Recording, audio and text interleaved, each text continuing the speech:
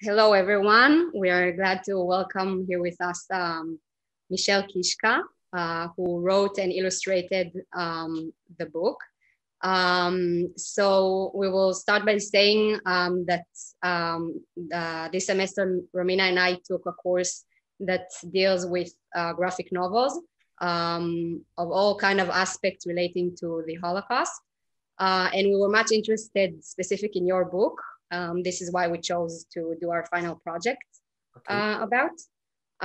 So let's start the interview. So I want to start with the question, why do you think your book was so successful worldwide? This is a question I should not answer. Okay.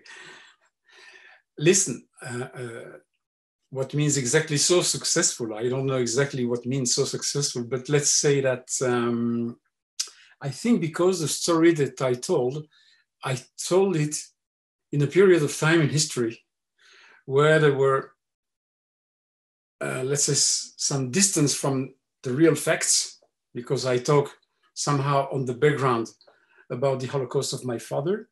Okay, I just quote it here and there. It's not about him, it's about us, the second generation, because it's about my childhood and it's about my teenage period and then myself becoming an adult.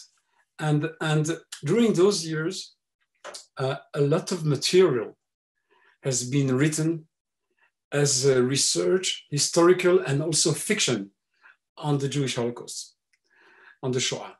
And this is one reason. I think that the world, after World War II, Europe was busy to rebuild itself and to look toward the future and not to look back. You know, there was, let's say, the victory on the Nazis, there was the Nuremberg trials, and somehow Europe turned the page and they were on their way to reconciliation between France and Germany, for example. And they were not, the world was not so interested to read or to see movies, and there were not so many creation out of it. You know, Primo Levi was not read so much in the early, he published his first book in 1947. He wrote it just after his liberation. And it was not a bestseller. And the world was not so interested to listening to survivors, because survivors were not considered heroes. Heroes were the fighters. And the survivors in the camps did not fight. They were just numbers and slaves. And I think that with the years, the survivors of this generation, also the soldiers, the combatant on both sides, okay, needed at some moment to talk, to transmit something to the younger generation. And then there was, in the mid-80s, a beginning of creation. There was, first of all, at the end of the 70s, there were Holocaust, the American TV series that was launched and also screened worldwide. And then you had Mouse by Spiegelman. The first part of it was published in 1986, which is 40 years later, 40 years after the war. And then there was Shoah by Claude Lanzmann. And then people looked back at Primo Levi's writing and Elie Wiesel and other people who had this experience of camps, of war, of trauma. And also the second generation began to search his own voice, okay? And then there were a lot of movies that were not documentaries and not really historical, but there was a mixture of real event and fiction, like, you know, the Pianist and the Schindler's List and Life is Beautiful. So I think that my book appears and was published in a period when it was normal and when it was expected to listen to voices of my generation, okay? Because we also have passed through, let's say, an unusual experience, living with silent parents, mostly silent. Some of them were not, but the majority could not talk to their own children, who have suffered a lot. And they were understanding, the generation of my parents, that one day they would not be with us. And they would not like to leave the world without transmitting what they passed through. And so I think that when you consider the whole of it, I think that my book was in the right place, in the right moment. But it does not explain his success, as you said. I think that his success comes from two things. First of all, this is a very, let's say, I really opened my heart, okay? I really exposed myself in the book. I told intimate and personal things, and nothing is more universal than personal things, okay? Because my own experience, let's say my post-trauma, if I can, or the post-trauma of my generation, there are so many people in the world. I mean, people by nations, okay? And so many families in those nations who have suffered of things in the past, in the far past or in the close past. There are so many people who live in trauma, who live with their own secrets, who live with their own silence and never break it. That the fact that I found, let's say, the courage to open it and to put it on the paper was something that talked to many people. A lot of non-Jewish readers. And I hoped that my book would not be read only by Jewish audience. I did not do my book just for my generation, okay? This is, I think, one reason. The other reason is that somehow the way I did it, mixing tragedy and humor, funny moments with sad moments, and the way I drew it, which is the only way I know, which is, let's say, a tender way, humoristic way, comic way somehow. It somehow talks to the people. It make my book, let's say, easy to enter into it. Okay, it make it friendly user. Okay, because it looks like a nice book for kids, but it's not. It's a book for adult readers. But I was also surprised that a lot of kids read it because they found it funny or the way it was done. So I think these are the reasons why it met the success. It was also consider it was 25 years more or less, 25 years after Mouse. And Mouse made a big change in the world of comics, in the way people considered comics, because comics were considered like, light entertainment of low culture, okay? For silly teenagers, more or less, and kids. And the fact that Art Spiegelman did his book about his autobiographical story of he and his father about the Holocaust, the way everything worked, and his relationship with his father suddenly brought a huge change in the field of comics, which was not only adventure, not only comic, and not only with superheroes in tights, okay? It could be also something closer to a book, to a testimony, and something very personal.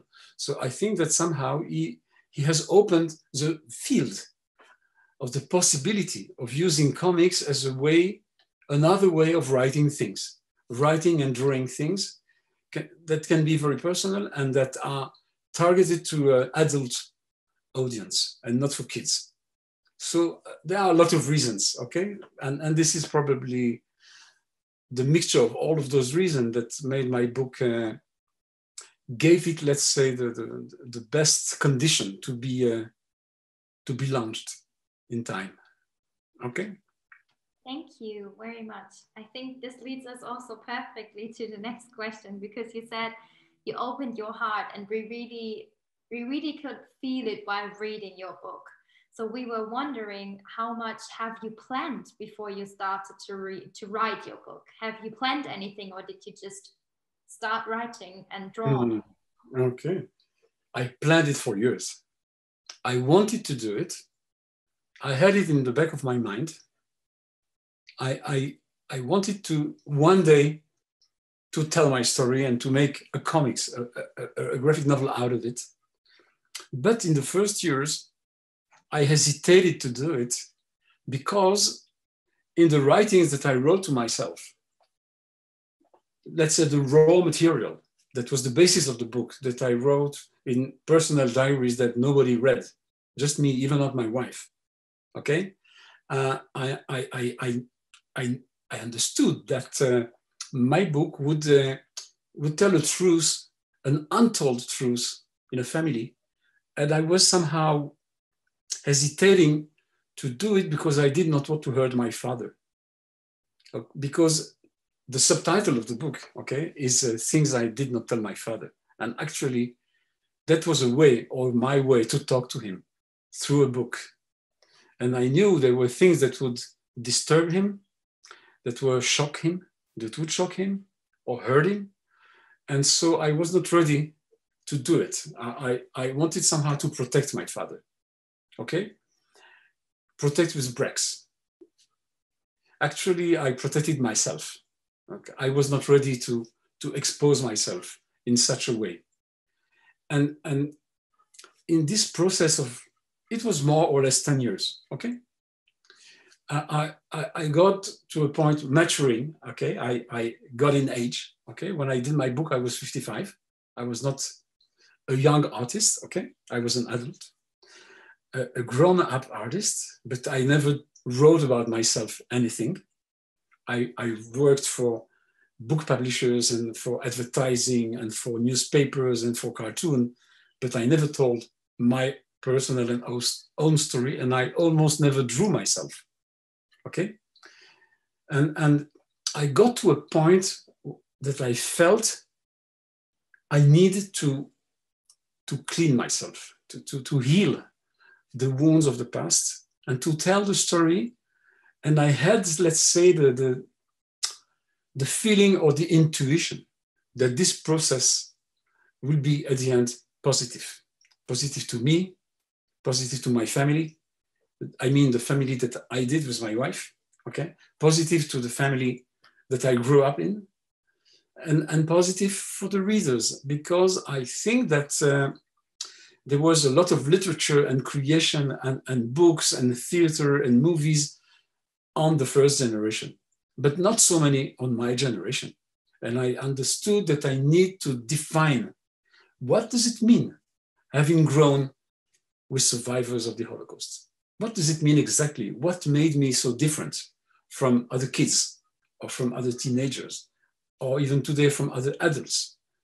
In what aspect has it influenced the way I live and the way I think and the way I act? So the book was really something that I needed for myself. And when I was 55, I was, let's say, mature enough and confident enough to do it. And I was even ready. There was a day I was alone in my working room, I work at home, okay? That I suddenly understood that I don't care if my father don't like my book, that I don't really do it for him. I do it for myself. And I do it at the first place for myself, and at the second place for my younger brother, to bring him back to life somehow. And then for my father. So this understanding opened to me the possibility that I would do it really. I would not hesitate anymore and wait anymore, because I was afraid that if I wait too much, I'll never do it, okay? In one hand, and in the other hand, I suddenly had a feeling of emergency, that I need to do it now. If I don't do it now, I'm afraid it would be too late. My father was 80 and some. I did not know that he will live at 94. And I don't have to miss it. I have to do it when he's still in life for myself, and I want him to read it, because we can't really talk.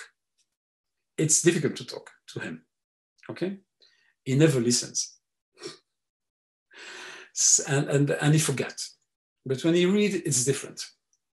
So I think that that was a slow process.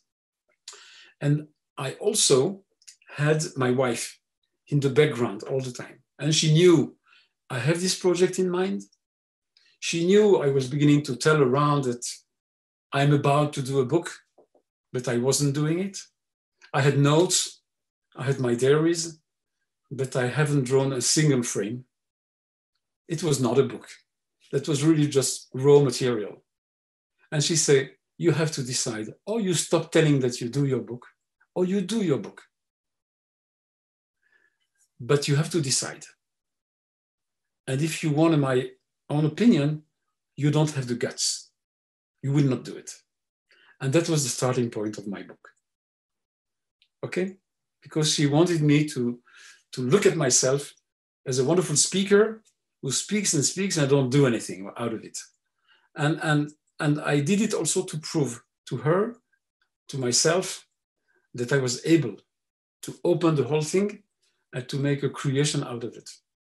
So, you know, because I did it at that age, it was not easy. But the period of time of 1.5 years, from the first page I wrote and drew until the word the end, were 1.5 years of incredible creative joy. I haven't suffered. It was not, let's say, it was tough. It was not easy, but I was really happy to do it. And I felt I'm so dedicated to it and so connected and so concentrated on it. The most difficult part of the book was about my brother. The rest was easier, okay? And but by doing it, I also liberated myself from this sadness that I kept for so many years inside. So somehow it was, you know, someone told me after he read my book that actually this book was therapy. I don't like this term so much. And I said, it's not a therapy because usually for a therapy you pay. And for this book, I was paid. So it's not a therapy. I don't want to consider it a therapy, but that was actually an act of resilience. I prefer resilience to therapy. Therapy are for sick people. I did not feel sick. I felt all right, but I had this and I had to put it out. And I was lucky enough, which is the contrary of Art Spiegelman, that my father lived many years after the book. So this book has existed between he and me for years. Because if you remember, Spiegelman lost his father in the middle of the process between the first and the second part of the book. The last page of his second volume is the tomb of his father, okay? And I think that the fact that we had this book existing, and I had also my father's book, he wrote a book about what he passed through during the war, was an indirect way to talk, he with words and myself with images and words, and to put the subject on the table. And after it had been put on the table, it was not easy, not for him and not for me, everything became more clear, more clean in our relationship. We had a great relationship, but we kept a lot of things inside of us. We never talked about a lot of topics. And the book somehow made all the things possible. I could talk about all those things with my father, which I never did before. And he was getting old, and he was happy that my book was successful, that it was translated to German, to Polish, and different other languages. And so I let's say, I was lucky enough to have my father 8 years. 8 years with the book existing. And this is an extraordinary, let's say, an extraordinary way, because I could write my book after his death. There was a point before I did it that I thought that I would not be able to do it in his lifetime. I would wait. And I'm glad I did not wait. I'm glad I did not wait. That was an important decision to take. And And this book was for me an introspection in our life, in my life, in my feelings, in the definition of what is a family. I had a lot of understandings, and I think it made me even a better man to do it. I felt lighter. That's nice. Really, Thank you, Michel. Thank you so much for the insights. Okay. You're talking about the meaning of the second generation as one of the main theme of the book. And I want to ask you, what do you think about the study of the second generation? Because this subject is so huge and dealt with in the last decades.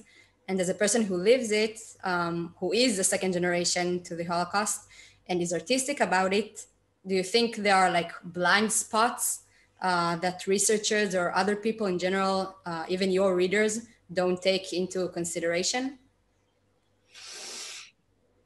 I don't know.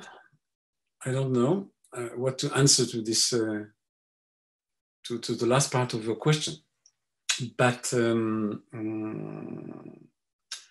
let's say that my understanding that I was, and I am a second generation, came to me rather late. When I emigrated and I was 19, I did not have this. If I had to define myself at that moment, I would not say I'm a son of survivors. Okay? It was not to me a part of my self-definition. But this is because I grew up in Belgium. And the Jewish community in Belgium is not such a big community, and I'm not from not Brussels and not Antwerpen, where you have a huge Jewish community. I'm from another town with a usually small Jewish community. And but when I emigrated through the years, I've been living here for 47 years, which is the major part of my life. By the years, I discovered that I'm surrounded by a lot of second generation. Men and women of my age, more or less, 5 years more, 5 years less. And in discussions here and there, or in documentaries on TV, on Holocaust Day, watching 2 programs on TV, I understood that we are a huge, huge part of this country, and we have a lot in common. And one of the things we have in common is the way we behaved with our parents, because we all knew that they have suffered so much that we need to be perfect. And being perfect is somehow rejecting your own revolt as a teenager, for example, because this revolt is against your parents, is against this generation, against their authority. And sometimes this revolt can be very violent in words, at least in words, and even more. And I understood that I was not the only one to do all what I could to please my parents all the time, to be the model boy that they wanted me to be. And so it took me years to understand who I was really, okay? Because I have adopted an attitude in life, okay, which was on the surface, to be the perfect boy that they expected me to be. But I was not perfect. Nobody's perfect. And I discovered that a lot of my friends that belongs to this generation had the same behavior with their own parents. They never quarrel. They never shout on their parents. They never argue with their parents. And which is exactly what happened to me. And when you grow up in these conditions, it takes time to build yourself. I needed time to build myself, or somehow to put the pieces together and to understand who I was and what I really wanted. Because it's okay to please your parents when you're a kid, but afterwards you have to become yourself. You can't be like Pinocchio, okay? and all the time made exactly dance their music. And the other thing that most of my generation grew up in the silence of their parents. In one hand, the Holocaust was always present in the life, but it was never told. It was there in the background, like a fog, okay?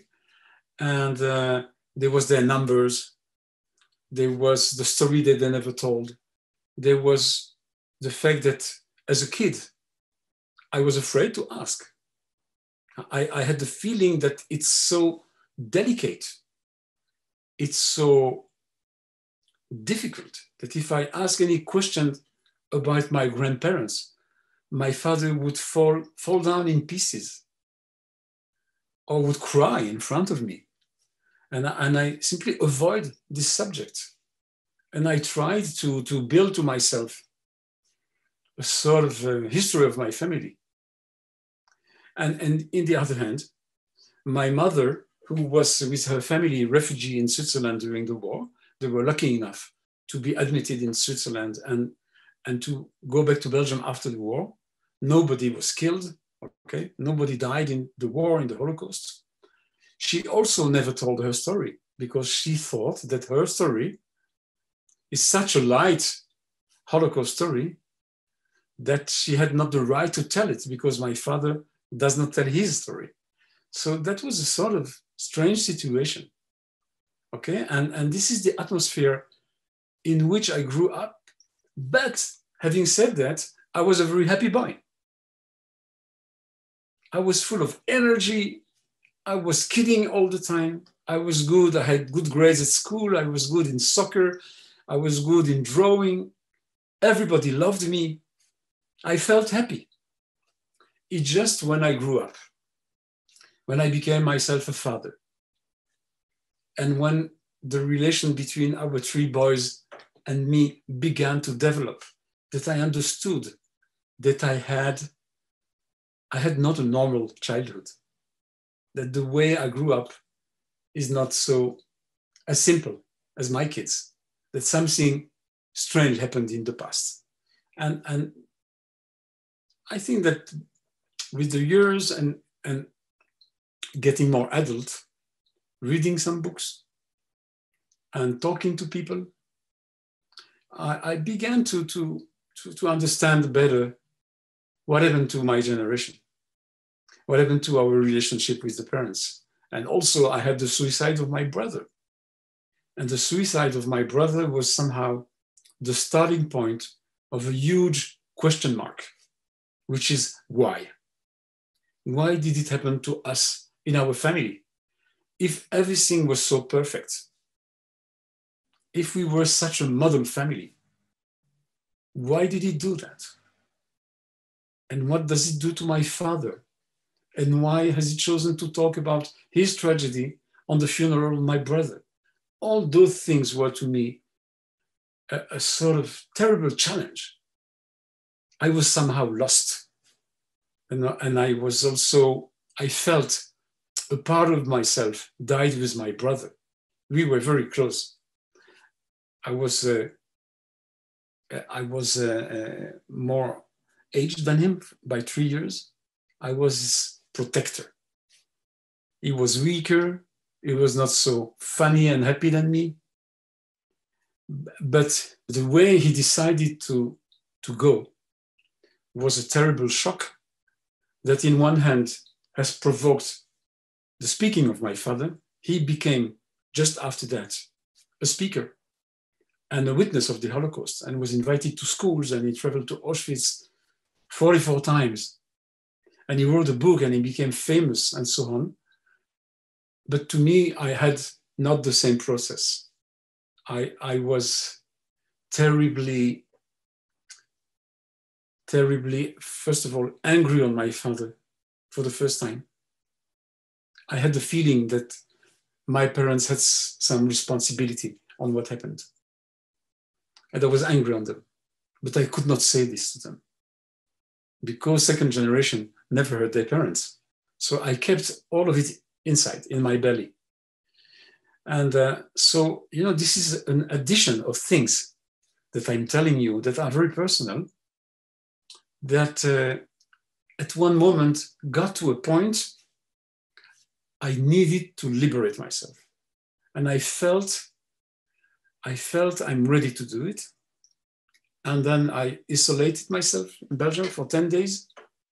I wrote the first pages and I drew the first pages. And when I showed my pages to a comics publisher in Paris, she was so enthusiastic about the project that I understood that what I said to you at the beginning, that there's probably something that readers are looking for in personal stories. This is important to tell it.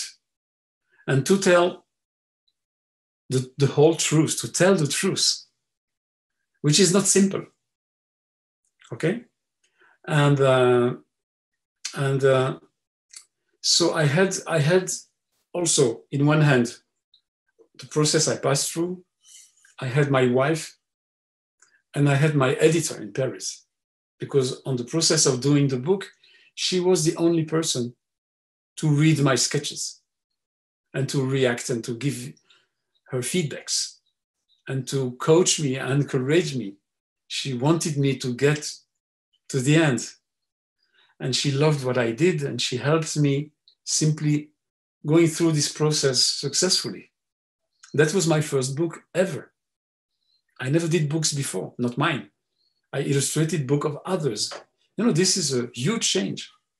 So when you begin your life by writing books, it's a normal process.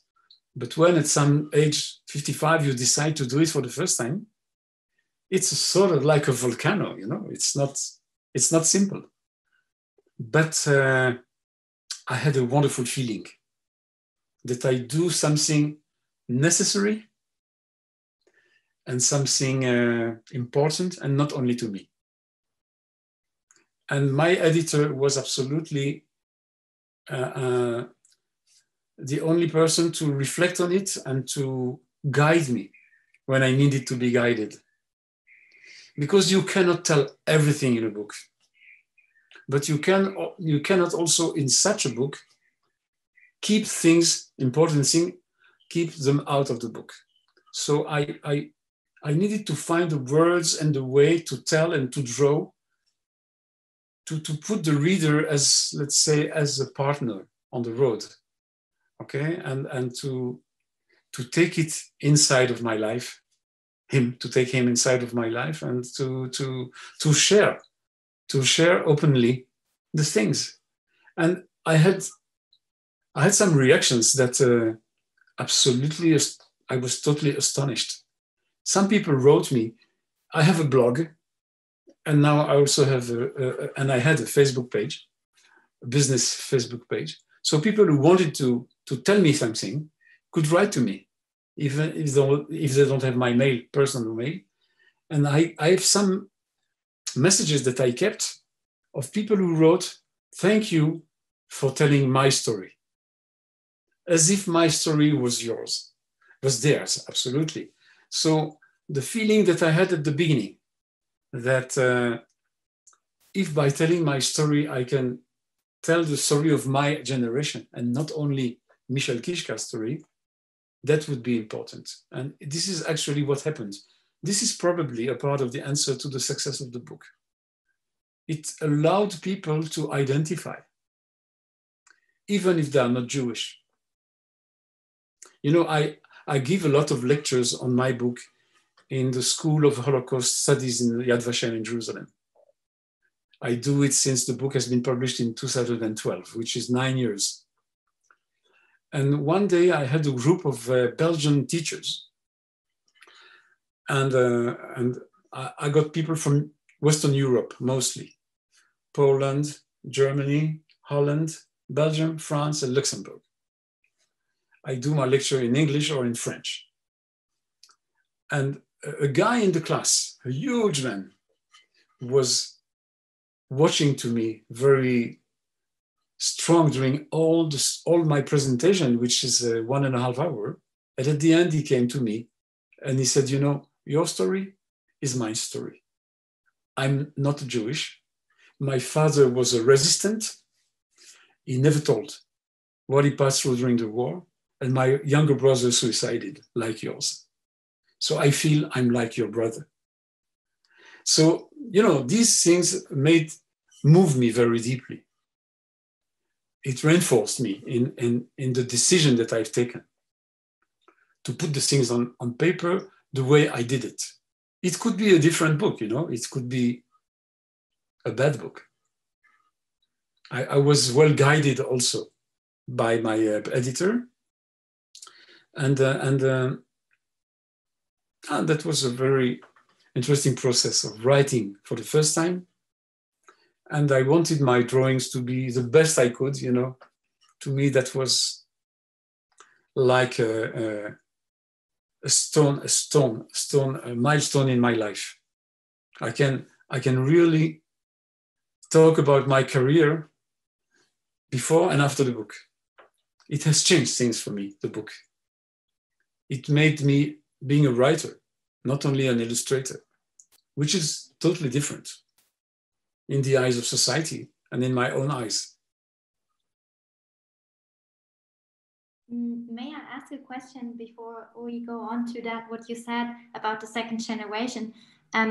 When I read your book, and it was the first time I ever read a graphic novel because I was not in touch with that kind of books before, I had the feeling that I could see that you were not, how can I say that you have lots of question marks about you and yourself because you don't know anything about your family. Was it like that? Did you experience that in your childhood, that you feel not complete in a way?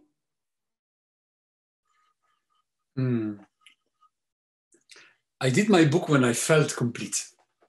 Okay, but I think that sharing the man I was before was very interesting. Was very interesting because it was interesting to me to ask myself questions, okay, and to try to find the answers, and somehow to put the reader in my situation. I think, you know, I teach for years, and I observed that the younger generation, they are much more ready to talk about themselves. Okay, it was not a way, we were different when we were younger. The society was different. And the voice of the teenagers when I was a teenager had no value. Absolutely no value. Their parents were very authoritarian. The teachers too. There was a distance between teachers and pupils at school. When I was in high school, you know, we had to give much respect to teachers and to obey and to stand to their expectations and to get good grades, and nobody cares about what we feel. And we could not share our feelings.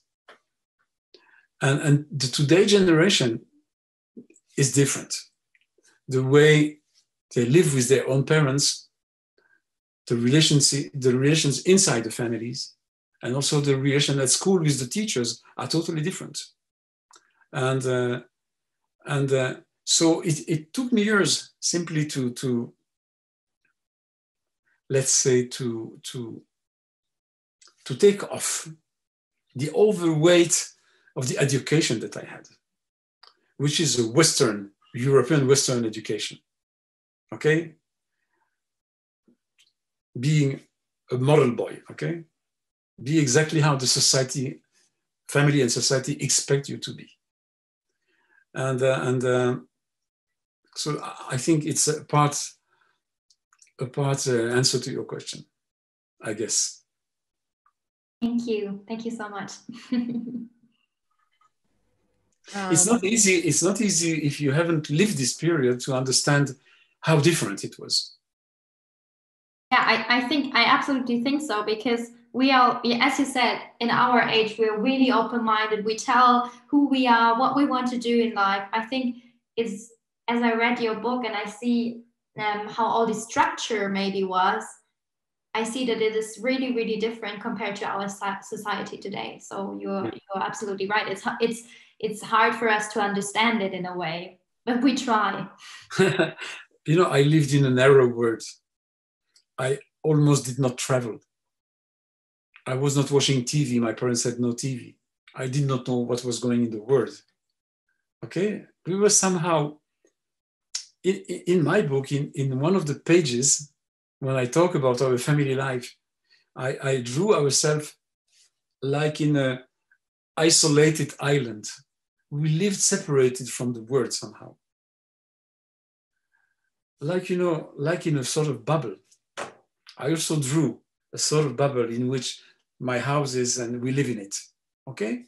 I did not know what was happening in the outer world, okay? I did not know what was happening in the next city.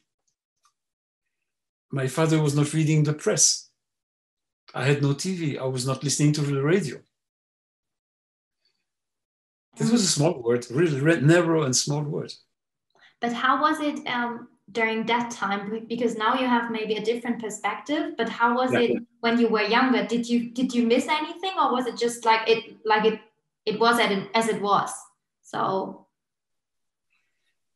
I was not thinking so much as a boy. I was, you know, I had this. There's a part of me who is reacting with humor to situations. And I think that it helped me. Passing through some periods, I've never been sad or desperate. My brother was. My brother had ups and downs all the time. I was all the time in ups. I was full of energy, of life energy and of joy. And I loved life. And I was lucky enough to be that sort of boy. So I did not feel that something was going wrong, okay? I was not able to ask any question. Okay. Thank you. Sometimes it's better like that, you know? Yeah, true. Michel, when we read the book, we noticed that there is a transformation of your father regarding to his own Holocaust memory. And we wanted to ask you, how do you perceive the transformation he went through during the book or his lifetime? You know what? One of my main observations and consideration after I did during the process of the book is that I understood something that happened to my father. Because actually, the man I'm talking about in the book, when I was a child and a teenager, we were the only one to know him. We, the kids. The school boys and girls, high school boys and girls who had him at school when he gave his testimonies, and when he took them as a part of the team to Auschwitz and Birkenau, they could meet and know the man that has been transformed, that has been somehow, my father passed through a process of reconstructing himself. When he was released back to Belgium after the liberation of Buchenwald, he was 19. He was an orphan. He was a broken man. And he could see no future. And he was that was the man he was. He was somehow not so much involved in the Jewish community in our town. He was not one of the main figures. He was on the side every time. And, but after he began to talk, and after people discovered that he's a very good speaker and invited him, the Minister of National Education in Belgium invited survivors and resistance to come to school and tell their stories to high schools. And then he wrote his book, and then he began to go with group to Auschwitz. And then he got and received medals, decoration from a lot of organizations, different organizations of of fighters of the American army, of the Belgian army, of the Belgian survivors. He got 17 medals and diplomas. And he was also filmed by the team of Steven Spielberg, okay? He recorded the testimony of 30,000 survivors, okay? This is his life project, Steven Spielberg. So my father somehow, he became someone else. He became, in the eyes of the high school boys and girls and the people that were meeting him, he was a sort of a monument, a living monument of the Holocaust. And he became a sort of a hero. But the man that I knew when I was a kid was a victim, not a hero. He considered himself a victim and not a hero. And this is a huge transformation that he passed through. And this is one of the things I wanted to tell in my book. I wanted to tell the people who know him, who met him. You know, he met thousands of people, thousands in his life, that he hasn't been all the time the man they know. It took him years to rebuild himself, to stand on his legs, straight and proud. Okay, so this transformation from a victim to a hero, this is something incredible. And he also went back drawing. He wanted to be an artist, and he could not accomplish this vocation that he had. And at the end, after he retired, after he was 60, he sat back and took a pencil and drew as if he never stopped. And he had some exhibitions, and people commissioned some portraits. He was a good portraiture. And he suddenly added to his visit card, artist, not only survivor, not only witness, not only decorated, also honored citizen of Brussels, but also artist. So somehow all this transformation made him a very happy man in the second part of his life. His second life is the life I was not with him. I left him when I was 19. And when I was 19, he was not the man he is today. Okay? So someone that was important to me to give my father a human face and to say to the readers, listen, my father is not a monument. He's a human being. He's made of flesh. And life haven't been all the time the life that he has today. And I think that was very important to offer the readers the two faces and the two parts of his life. This is a very important thing I wanted to share. And one of the things that I was afraid of, that my father would understand that somehow I criticize this, okay? I simply wanted to explain. I wanted to explain how the fact of speaking made a transformation, but that was also important for me to say that it happened because of my brother's suicide. And this is why I was so angry on my father. And this is why I was not interested to listen to his own story. While thousands of high school boys and girls listened to his story, I did not, because I was angry. And that was the first time in my life I was angry on my father. So that was a very, let's say, a complex situation. And I thought that by telling it and drawing it, I would heal it somehow. I would overcome all these hard feelings that I had during the years. And it actually helped me understand my father better and accepted what happened in the past.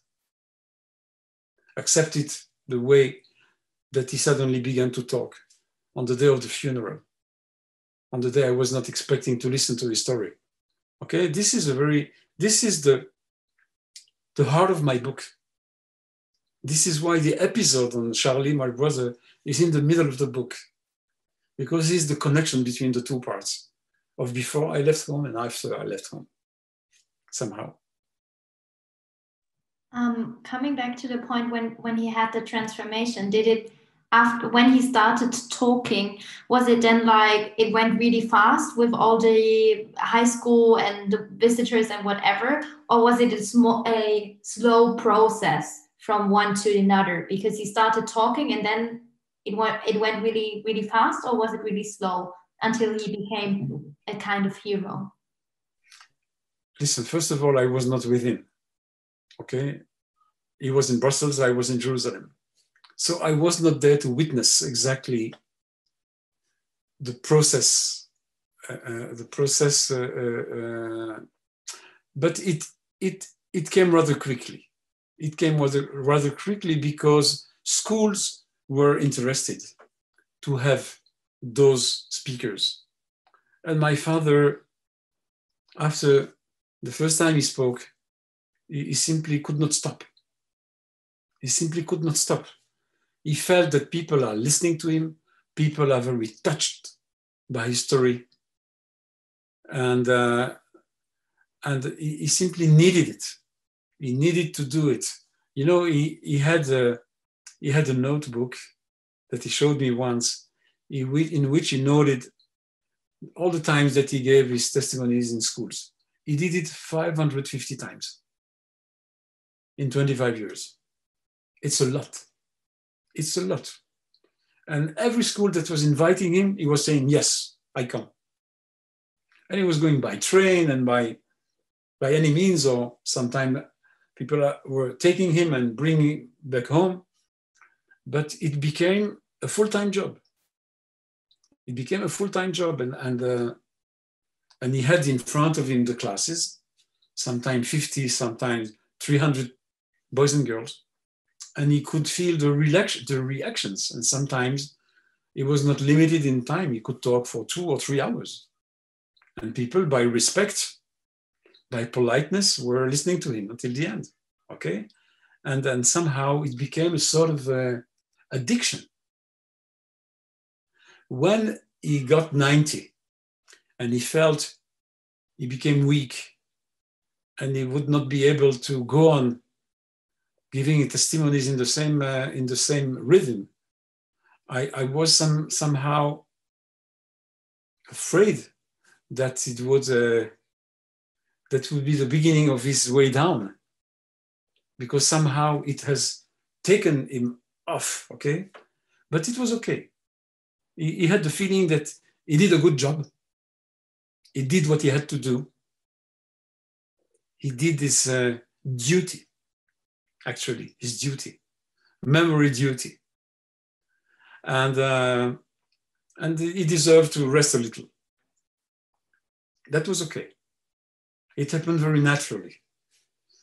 But somehow he was very proud of being so busy.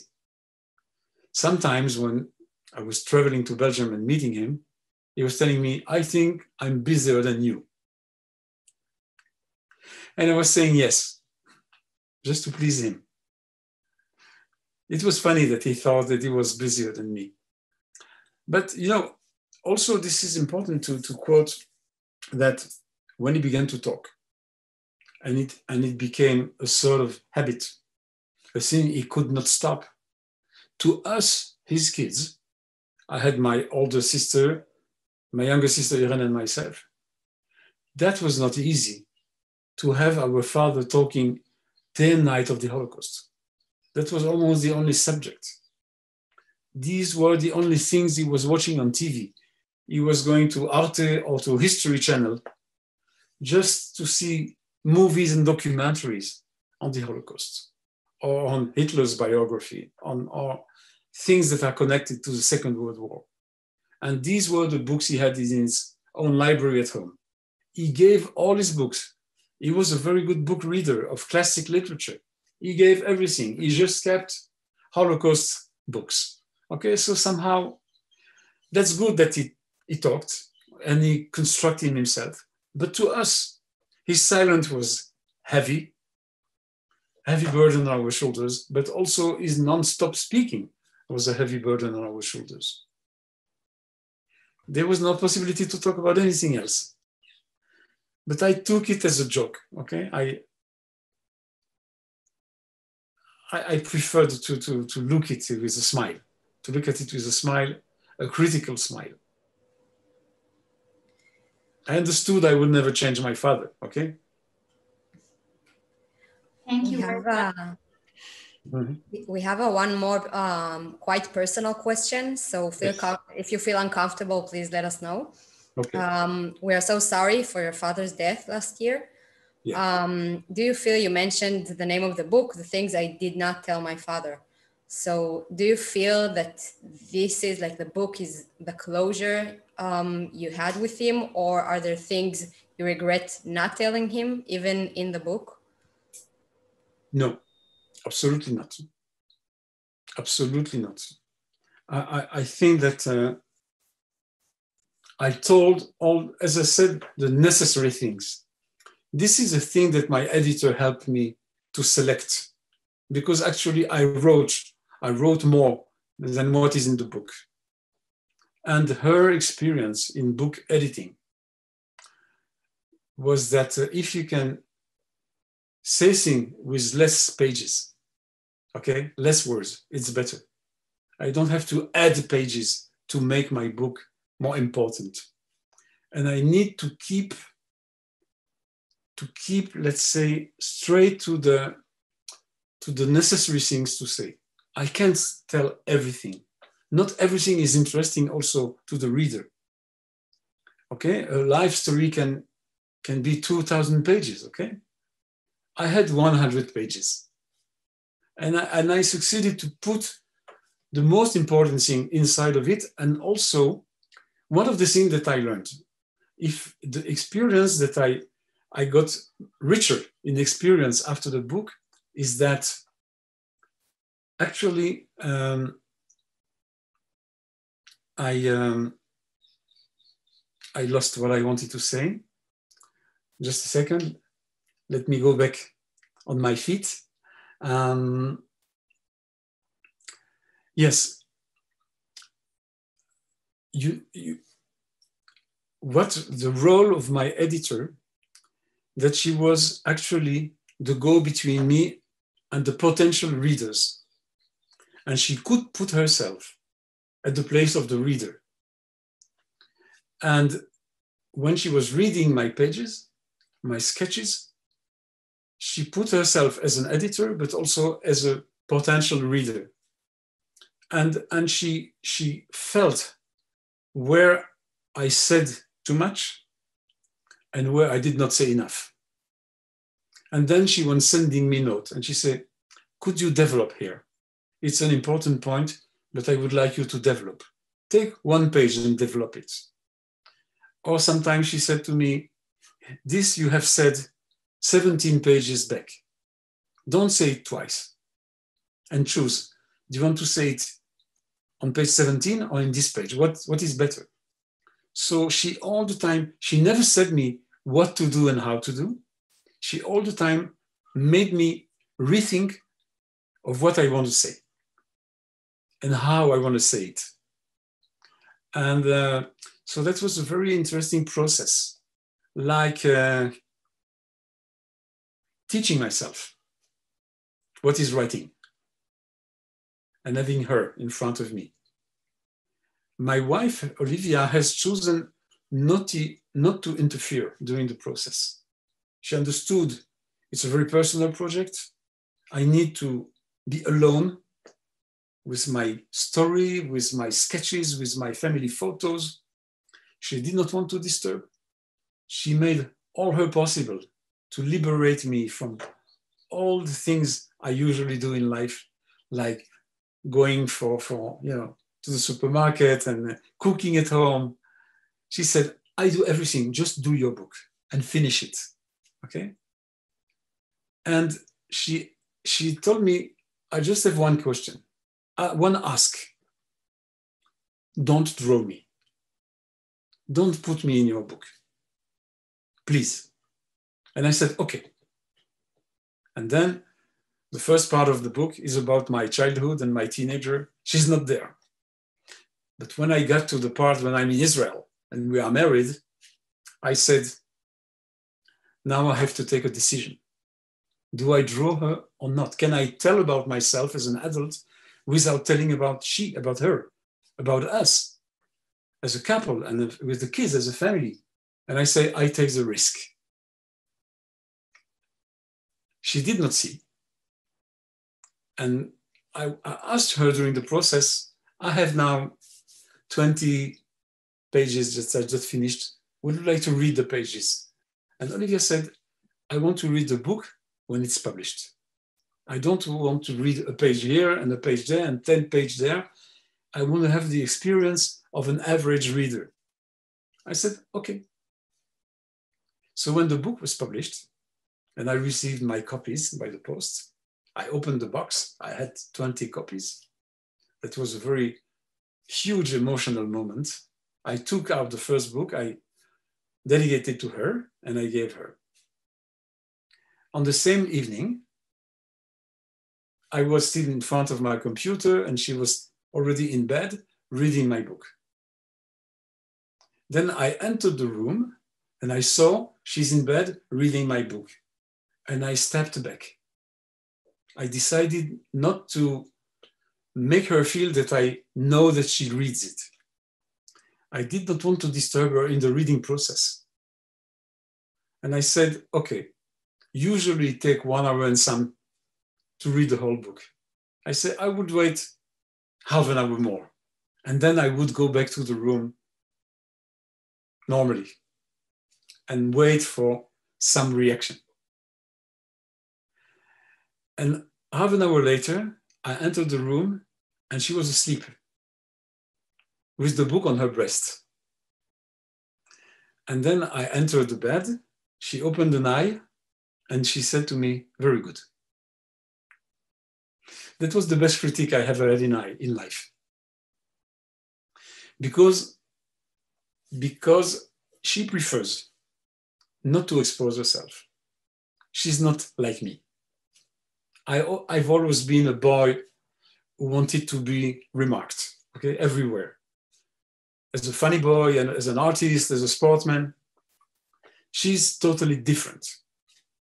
And because I'm an artist and because I'm a teacher and because I'm involved in the press, I'm exposed all my life. And she likes not to be exposed. She prefers. And this is why she wanted not to be drawn in the book. But to me, that was the best award I could receive, was to have her remark, very good. I did not need any explanation. Very good was the best thing to me. And it was to me also the proof that I took the right decision. Because if she was not in the book would not have been complete. There was something very missing because she's a very important part of my own reconstructing process, or constructing, not reconstructing. I was not destroyed. I was not like my father, but I was incomplete because of the conditions I grew up. I was not totally made. I was taken out of the oven a little too early, okay? I needed half an hour more. And this half an hour I had with her, okay? So that was very important to have her in the book. So there's something very complete to me in the whole process. And my boys also liked it. They liked the way I drew them when they were kids, the way I drew our dog Tango. So all the family was supporting me. But during the process, nobody saw one single page. That was a very unique experience. But it's a wonderful story, especially yeah, that they all liked it. Okay. We liked it too. I think, Avital, we have one last question, I guess. Okay. And we think it's a really interesting one because when we read the book, we kind of notice in a way that you don't really like it, that people make so much pressure on the second generation to face the Holocaust and go to Auschwitz and everything. But in the end, you went there and you were there at Auschwitz, and you were there a lot of times now. But do you think, because the kind of feeling we had, your book is your own story or your own journey to Auschwitz? No, I think it's an exaggeration to present it that way. Actually, the 2 pages where I'm in Auschwitz with my father did not happen in reality. They happened in 2015, 3 years after the book. And I decided to draw a virtual journey in which I tell my father why I did not want to go with him. Because all the years I lied to him. I said, I'm too busy, which was true. But that was half the truth. The second half was, I don't want to go with you. I'm angry with you. Okay? And so when I got to this part of the book, I said, okay, I always said so many things. I can also say this to my father and to the readers, because someone like you, for example, who watch at me as a second generation, should think that the first thing I would do in life was to go to Auschwitz alone or with a group or with my father. It sounds like the first thing to do in life, the most natural thing to do. And because I did not want, I thought that was very interesting to tell it. First of all, to tell, I felt I was not obliged to do it. I did not really want to do it. I did not need to do this to understand something that I could not understand without this journey, which is different from younger generation, high school boys and girls that are taken today, and their grandparents are not the age of my father, okay? They are younger. Their grandparents are almost my age, more or less 70, okay? So to them, going to the camps is probably a part of a process of understanding that it has actually happened. And there are some remains. And there are still some witnesses that can tell the story. But to me, I don't need it to be there to know that it happened. In the other hand, the way my father wanted me to come was with one of the groups, to be a part of his public, not as his son, face to face, but as a part of the public. Because my father is very good telling a story to an audience, not to me. He never told me. I read his book. He never told me nothing, almost nothing, okay? So, but when I got to these last pages of the book, I drew them. On the same time I was drawing them, I understood and I felt I was ready to go to Auschwitz in any condition now. Because I know it would please him. And I was ready to please him. Okay? And there was an opportunity in 2015, which was 70 years of the liberation of Auschwitz, which was let's say, a special year. And it was not such an experience, I can say.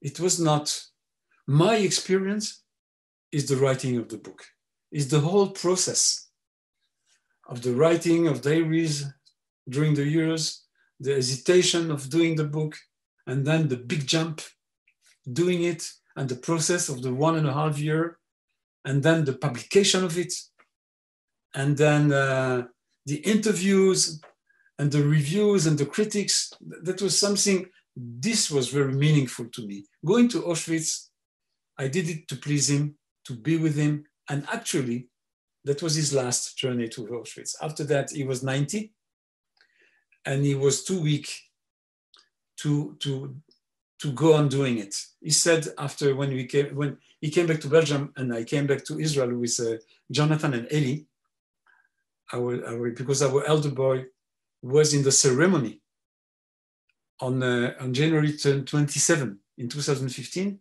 there was a huge ceremony with 200 survivors. My father was one of them, and our oldest son, David, joined him to stand by his grandfather in this ceremony.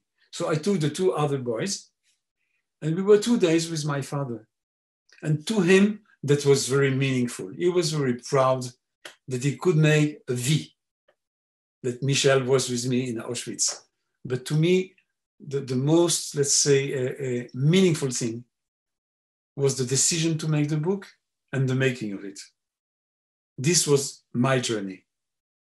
This was my journey. And till today, when I'm invited to high schools, last year I had, during the Corona year, I gave some lectures on the book by Zoom to classes who were supposed to go to Auschwitz but could not. And I said, nobody's obliged to go there. It's not, you can understand a lot by reading, by watching, by listening. You don't have necessarily to be there. Okay? It's okay. If you don't go, it's okay too. There's no obligation.